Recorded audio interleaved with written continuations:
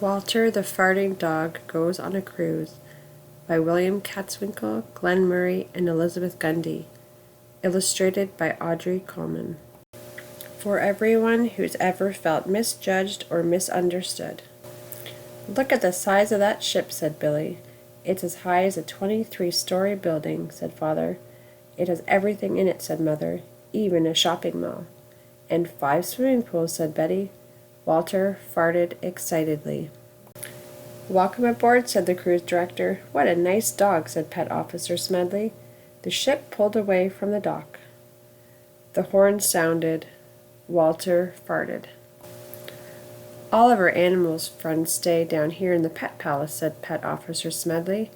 "We do our best to make them completely comfortable." Walter sniffed around the fancy room. "I'm off for my first round of golf," said Father. "I'm off for my massage," said Mother. "We're off to swim in all 5 pools," said Billy. "Don't worry, Walter," added Betty. "We'll be back in a little while." Walter set it down on a plush cushion. "Not bad," he said to himself, and farted.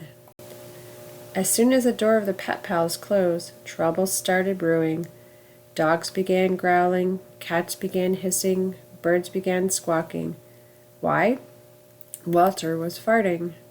"Get that stinker out of here," said the parrot in the corner. Pet Officer Smedley returned with some pet treats and was instantly enveloped with a fart cloud. "This smells like an emergency to me," he said, and opened all the vents. On the golf course, Father was lining up a putt when he noticed a familiar smell. "What's that horrible odor?" said one of the other golfers. "Must be the sea air," said Father. But Father knew it wasn't the sea air. He saw Pet Officer Smedley coming towards him. "We've got a problem with that dog of yours," said Smedley. Father, Mother, Betty, and Billy were led back to the Pet Palace. Fart alert, squawked the parrot. "We're going to have to put Walter in quarantine," said Smedley. "Oh, no," thought Walter. Lower the lifeboats, squawked the parrot. "Women and parrots first." They decided to put Walter in a room where they stored the stinky cheeses. "Don't worry, Walter," said Billy. "We won't be far away." "We'll visit you a whole lot," said Betty, and as she closed the door.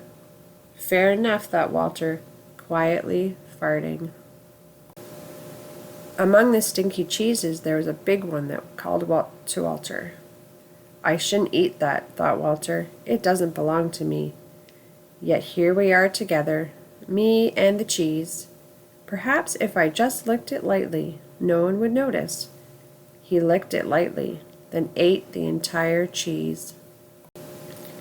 Even though Walter was tucked away deep in the belly of the ship, his farts crept under the door, slithered along the hallway, and made their way upstairs.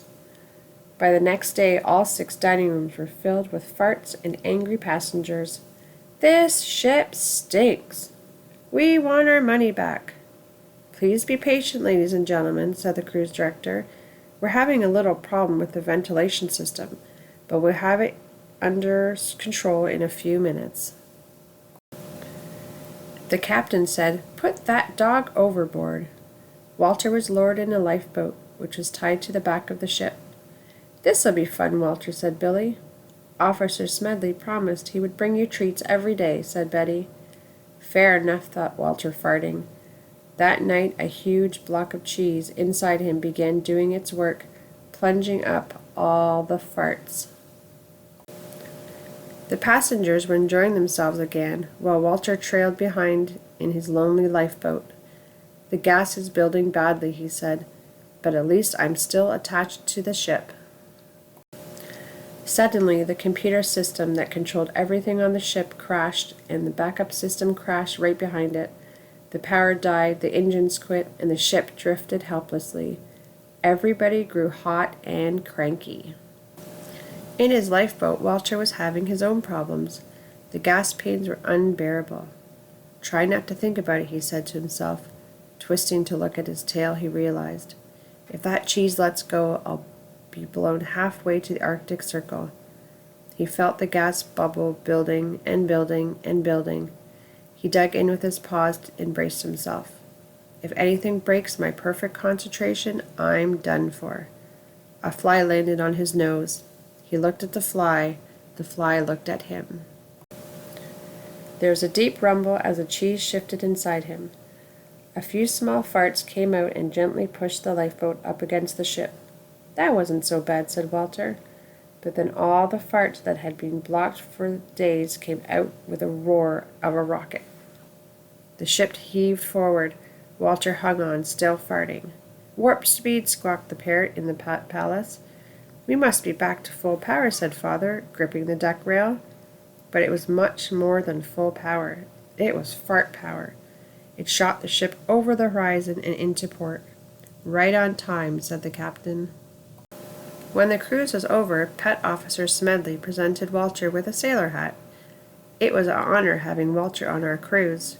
We had a great time, but it's good to be back on land, said Mother. Anyone for pizza? Asked Father.